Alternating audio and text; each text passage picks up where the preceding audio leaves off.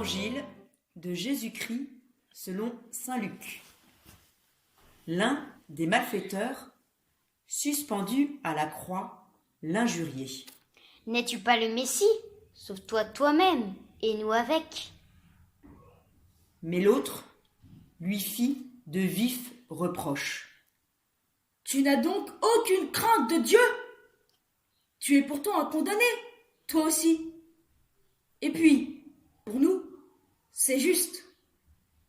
Après ce que nous avons fait, nous avons ce que nous méritons.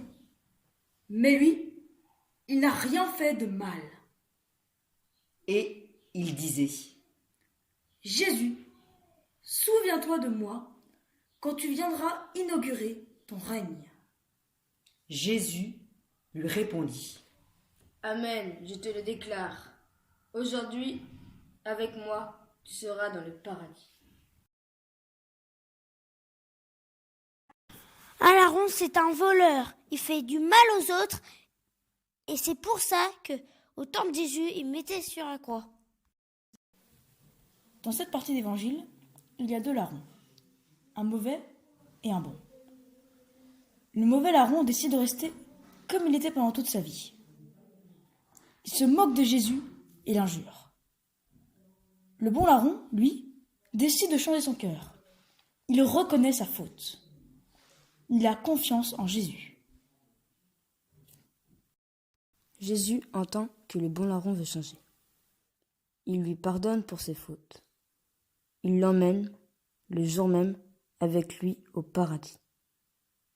Le bon larron est le premier homme à ressusciter d'entre les morts.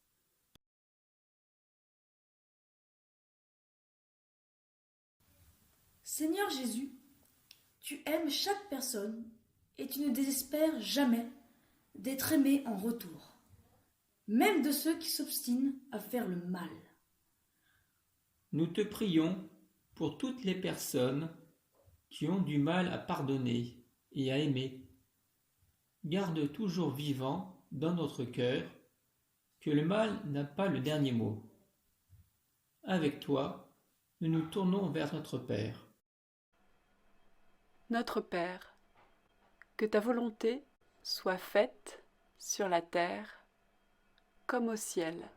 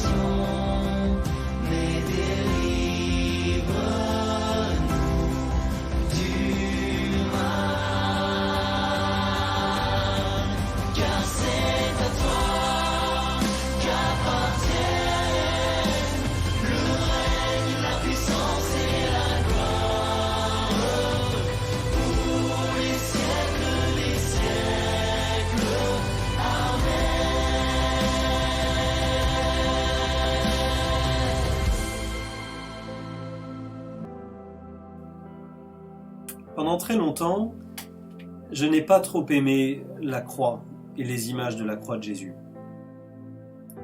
C'est pas personnel, les premiers chrétiens pendant plusieurs siècles, eux non plus, n'aimaient pas la croix de Jésus. Ils aimaient représenter Jésus comme le bon pasteur, Ils aimaient représenter la maman de Jésus, Marie, avec son enfant. Mais la croix de Jésus, finalement, ils en avaient peur. Et c'est une jeune femme québécoise qui, lorsque j'avais 25 ans, m'a fait découvrir la beauté et la grandeur de la croix.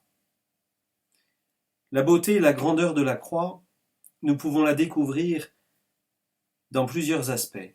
Le premier aspect, aujourd'hui, que je vous propose, c'est de contempler comment Jésus nous pardonne sur la croix. Avec le bon larron. Le bon larron, cette expression nous fait oublier que ça a été un criminel. Qu'est-ce qu'il a fait? On ne sait pas. Parce que devant l'amour de Dieu, devant le pardon de Dieu, ce que nous avons fait, même ce qui est le pire, si nous en avons un profond regret, si nous nous tournons vers Dieu de tout notre cœur pour nous convertir, pour nous changer, eh bien tout cela est effacé. Comme la mer qui passe sur le sable et qui efface ce que nous avons pu construire ou dessiner sur le sable. Eh bien que le pardon de Dieu sur la croix vienne nous toucher particulièrement cette semaine. Message spécial pour vous les enfants qui vous préparez à la première des communions. Et puis ce soir nous sommes le jeudi saint. C'est la fête de l'institution de l'Eucharistie, c'est la fête des prêtres, c'est la fête aussi des diacres. Et puis c'est la fête aussi de tous ceux qui se préparent activement à recevoir pour la première fois le Christ dans le sacrement de l'Eucharistie. Vous qui vous préparez à la première des communions. Vous vous préparez non seulement à recevoir Jésus en vous, mais vous vous préparez aussi à vous donner à Jésus dans l'Église. Parce que l'Église, c'est le corps du Christ. Nous communions, nous recevons le corps du Christ qui est dans ce morceau de pain consacré par le prêtre et qui est devenu le corps du Christ, la présence de Jésus ressuscité au milieu de nous. Et nous nous donnons à l'Église, qui est le corps mystique, comme on va dire, le corps du Christ, composé de tous les membres, de tous les chrétiens, aujourd'hui et d'hier, et qui croient en la présence du Christ ressuscité au milieu d'eux. C'est donc un mouvement d'amour auquel vous vous préparez, d'accueillir et de vous donner. Eh bien, vous qui vous préparez à la première des communions, je voudrais vous inviter à ne pas avoir peur de ce délai, de ce temps, de ce manque que vous vivez, de ce vide, mais qu'au contraire, vous le laissiez creuser en vous pour que votre désir de Jésus, de vous donner à Jésus, d'accueillir Jésus, soit de plus en plus fort. Courage et confiance.